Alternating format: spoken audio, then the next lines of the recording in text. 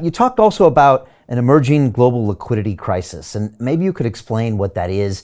Obviously, last time you were here in London, Jim, you and I spoke about, the long-term capital management crisis of '98, where there was a real liquidity issue, and I think you guys had $1.7 trillion worth of derivatives at the time, and then we saw that happen again in '08. Well, first of all, maybe tell people, what is it like to go through a liquidity crisis? People don't realize how bad things were in '98 or even in '08. And then what would one look like now? They kind of all look the same. I mean, they pop up in different places. In 1998, it was long-term capital management. The sequence there was interesting because that crisis actually started in June 1997 in Thailand, when there had been a huge capital inflows at a fixed exchange rate. And Thailand said, sorry, we're going to devalue the baht. And everyone said, oh, gee, I borrowed dollars and invested in Thai assets. Now they're worth half. Get me out of here. They dumped everything. And then that spread to Malaysia. I happened to be pretty well acquainted with Dr. Mahathir, who was prime minister at the time. He has some interesting stories to tell about that. Then Indonesia, then South Korea by the fall of 1997. And, the old expression, buy when there's blood in the streets. Well, sadly, there was real blood in the streets in Korea. There were riots and people were killed. And then it cooled off a little bit. And then up pops Russia, by April. And then that came to a head in August of 1998. And the whole world was waiting for Brazil. Brazil was the next domino. Like I said, Thailand, Malaysia, Indonesia, South Korea, Russia. Here comes Brazil. No, here comes long-term capital management. We were we were like a country in terms of size and leverage and all that. And that became the epicenter of the crisis. And of course, I negotiated that bailout, so I had a pretty front row seat. My wife remembers I was getting, if I got any sleep, a lot of people didn't sleep for 5 days, but I said, I got to get at least 2 hours in here because I got to make decisions.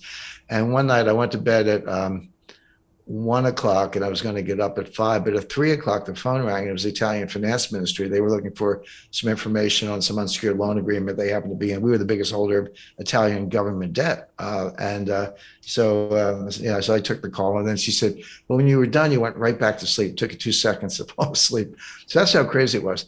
But and you guys were the smartest guys in the room at Long-Term Capital Management. You had, well, I think it was Myron Black, one of the MIT professors that had done we had two Nobel Prize winners. The creators of the Black-Scholes formula were it was Myron Scholes, Fisher Black, and Robert C. Merton.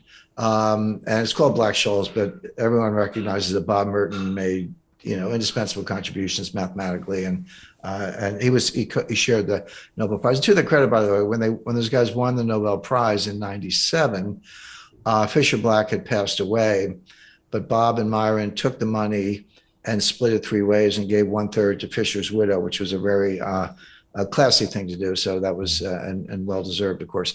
But so we had 2 Nobelists, but the average IQ around the place was like 165 or something. It was crazy. You should always aspire to be the dumbest guy in the room, and I actually achieved that on a number of occasions.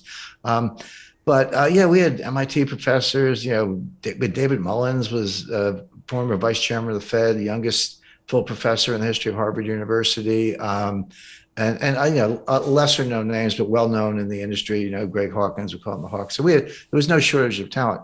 But so John Goodfriend from Solly was there as well. He was not. John Goodfriend was the boss at Solly when these guys coalesced as the in-house arbitrage team. Okay. Just not to digress too much, but that blew up in a scandal. People went to jail in 1991 because Solomon, it was not our guys, it was Paul Moser lied to the Treasury. He was trying to corner the market in 2-year notes. It was like right out of like 1869. It was the gold squeeze, but he's trying to corner the market in 2-year notes, and there was a ceiling on how much any dealer could own. I think it was 25 or 30% of the issue. But he lied. He said, well, we're bidding for customers, which was okay. And he bought like 70% of the issue. But he lied about the fact that it was for the house account. He was saying it was for customers. And of course, he came close to cornering the market, but it was found out. He went to jail. But that caused the board to fire everybody John Merriweather, was not fired, but he chose to resign in the face of, he was not implicated, but it was kind of like he was vice chairman, so it was hard for him not to be affected. But then they left as a group and formed Long-Term Capital Management. So we moved to Greenwich, Connecticut. So we were the northern version, reincarnation of the Solomon Arbitrage Group, of which Goodfriend had been the boss. Right. I met Goodfriend later, spent a lot of time with him. Interesting guy. But How so? what they missed, How so? what he, in a very well dressed, $3,000 suit and tie kind of way, he was very vulgar.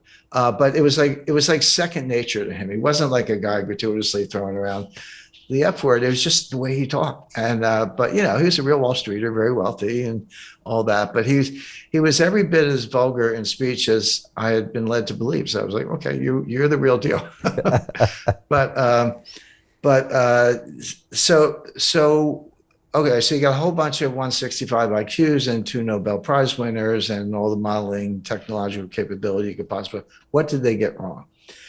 They had an a priori assumption that when spreads widened, well, when I say spreads, 2 instruments, off the run treasuries versus on the run treasuries, or on the run treasuries versus treasury futures. And you could apply this to anything, Japanese stocks, French stocks, and we did. If they were essentially the same and should be priced the same and would end up the same if held to maturity, that you want to own that spread and just wait patiently for the spread to converge and then close it out and take the profits.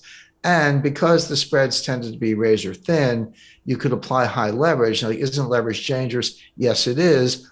But if you have a sure thing, if you know it's going to converge, and in fact, they were going to converge, you could leverage it comfortably and you were just going to make more money. So that's the idea.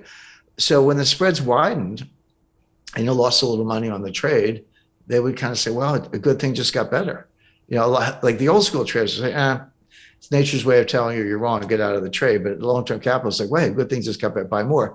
Widens, hey, buy more. This thing's getting richer all the time. And then, but what's happening, of course, is that you're walking into a trap, because at the end of the day, in a global liquidity crisis, the spreads go like this. And then it's not a cliche, it's true. Markets can remain irrational longer than you can remain solvent. And that was what they missed. We had $4 billion in cash. And we leveraged through futures and all that. And we had $1 billion line of credit. We had repo facilities everywhere. We were tough negotiators when it came to margin calls and all that stuff. And as I say, our accounting was so good, we knew how much we lost to the penny. This was never a case of mismarking or, gee, the market's going to get, what's going on? We knew exactly what was going on. That was kind of the scary part. It was like we did know exactly what was going on. But things like that have 2 stages. Stage 1 is the market's moving against you, and instead of getting out early, these guys double down in what's called a martingale strategy, in the firm belief that it would converge, which it would, but too late for them. But then there comes a time when the word gets out that you're the biggest victim, at which point you're the marlin and the old man in the sea. The sharks come at you. The street doesn't care about the market anymore. They systematically trade against you, and they will not stop until there's nothing left but the bill and the tail.